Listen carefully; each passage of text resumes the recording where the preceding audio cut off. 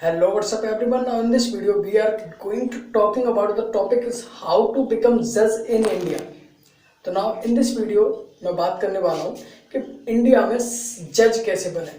तो सबसे पहले हमको ये पता होना चाहिए कि जज बनते कहाँ है।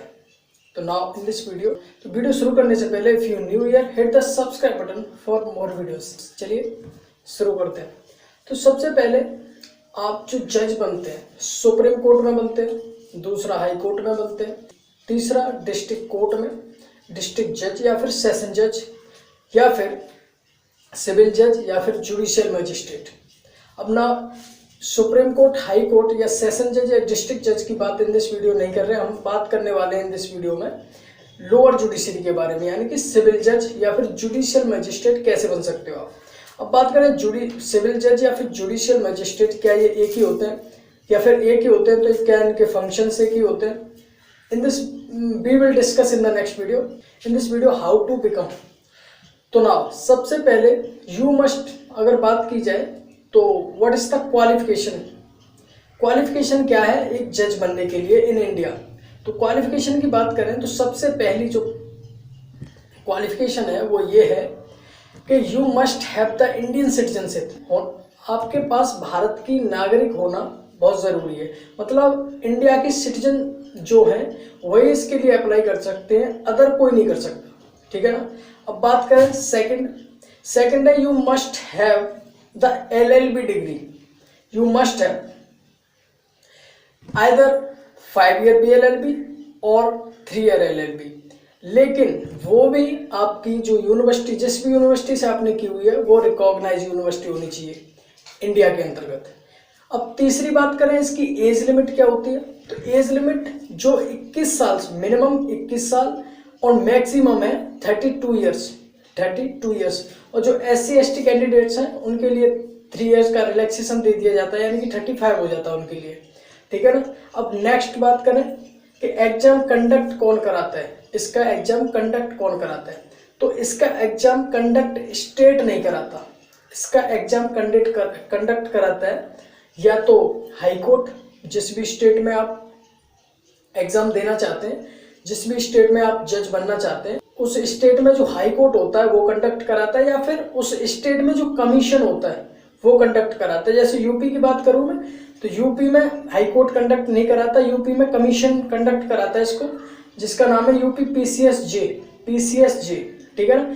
ठीक वैसे दिल्ली में हाई कोर्ट कंडक्ट कराता है, जैसे कि DJS। राजस्थान में हाई कोर्ट कंडक्ट कराता है, जैसे कि RJS। और MP में कमीशन कंडक्ट कराता है, जैसे कि MP PCSJ, ठीक है ना। तो इसको स्टेट कंडक्ट नहीं कराता, कंडक्ट कराता है कोई कमीशन या फिर हाई कोर्ट, जिस भी स्टेट में आप सिविल जज बनना चाहते हो। अब नेक्स्ट बात करें कि इसका एग्जाम कैसे होता है। तो इसका एग्जाम 3 फेसेस में होता है। पहला प्रिलिमिनरी, और दूसरा मेंस, एंड थर्ड और फाइनल जो होता है इंटरव्यू। जो प्री में जो क्वेश्चन पूछे जाते हैं आपसे वो पूछे जाते हैं ऑब्जेक्टिव टाइप, सब ऑब्जेक्टिव टाइप होते हैं।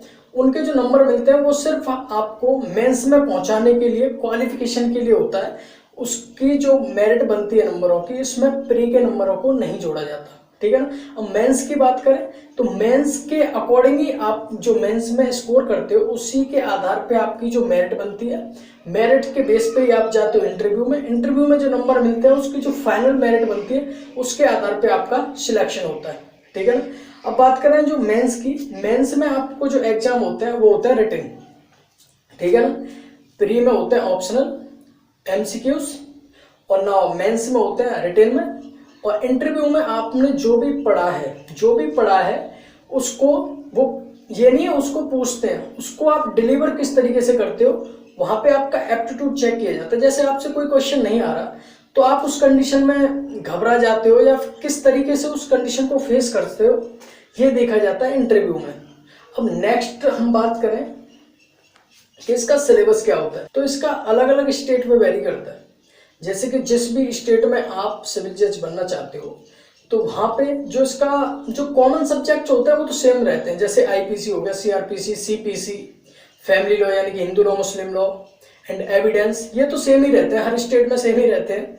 लेकिन पैटर्न सभी का अलग अलग होता है, पैटर्न सभी स्टेट्स का अलग अलग होता है।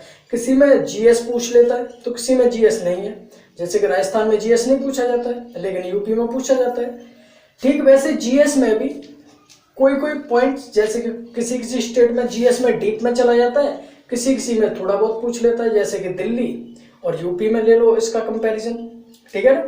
तो एग्जाम पैटर्न जो होता है वो सभी का डिफरेंट होता है, इसीलिए इसका जो सिलेबस होता है वो अलग अलग स्टेट पे वेरी करता है, अलग अलग स्टेट पे। तो ना इसके सिलेबस पे जो वीडियो है वो नेक्स्ट वीडियो में कवर करेंगे, we will discuss in the next video.